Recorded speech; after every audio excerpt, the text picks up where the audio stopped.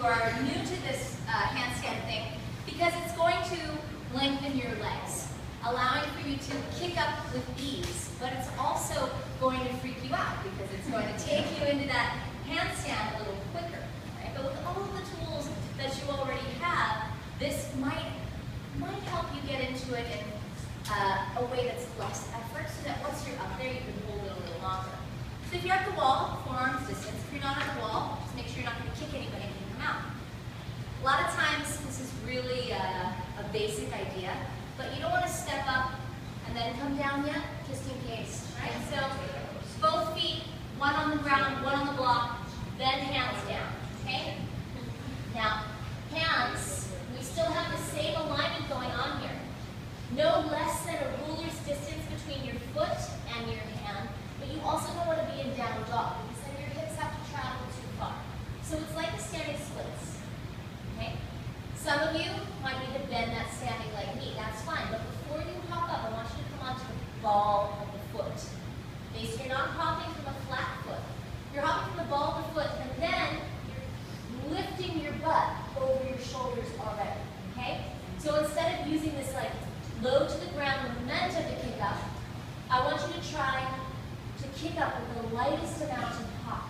So you're already as much weight in your hands as possible, your top leg is lifted up to the ceiling, your shoulders are ready, then just the lightest pop off the block. Now you might have to bend the knee, but you're still hopping with this least amount of effort as possible, okay? So lean into your hands. That also doesn't mean here, okay? When I lean into my hands, I lift my butt up. So the energy is up. Then I lean, and see if maybe it can get a little bit easier to press. So step by step, start with refining your hop first, getting as much weight in the hands. Then once the flexibility is there, you can start to try to press. The press is a weird thing.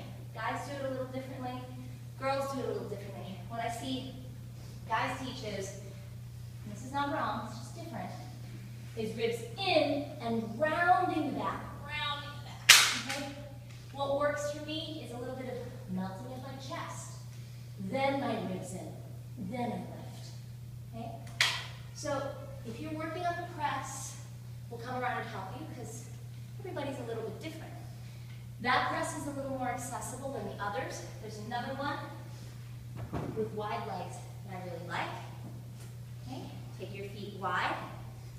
Palms flat. Now a lot of us want to start far away. Think about it.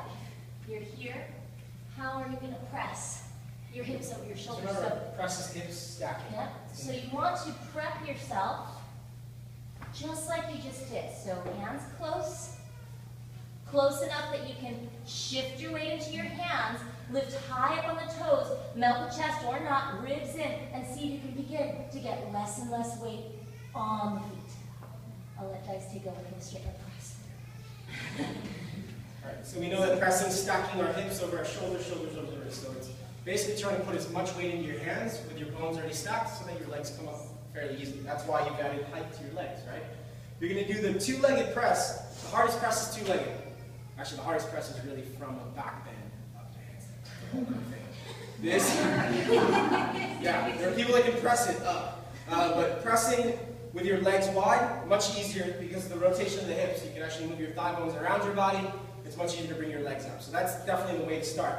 Another way to do this, even if you cannot press, but you want to see how much energy it takes from the arms and the core to lift your legs off the floor, this is always fun to do, is find wall space, heels against the wall, bring your hands down, scoot your bottom back. So you start off wide-legged, my sits bones are against the wall, my heels are against the wall. Hands underneath the shoulders. Once I set up my hands, I do all the proper alignment, pump the forearms, roll inner shoulder, outer shoulder, lift my bandas, rise up onto my toes, press firmly into my hands, and see if I can pin my heels to the wall. Right? And obviously, it's a little bit easier because your butt has something to hold on to. You say, gee, I heard cheese.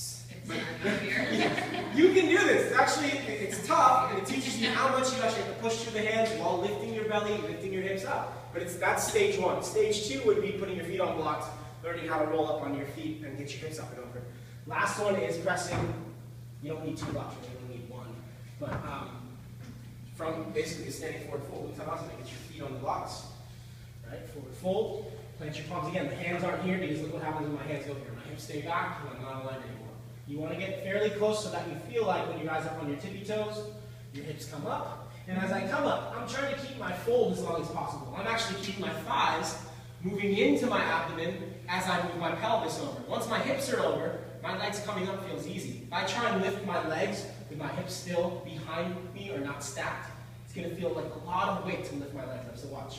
The difference is here. If I come here and just lift my legs up, it's a lot of strength, right? Versus lifting up, hovering, letting my hips move, and then bringing my legs up. You see the difference?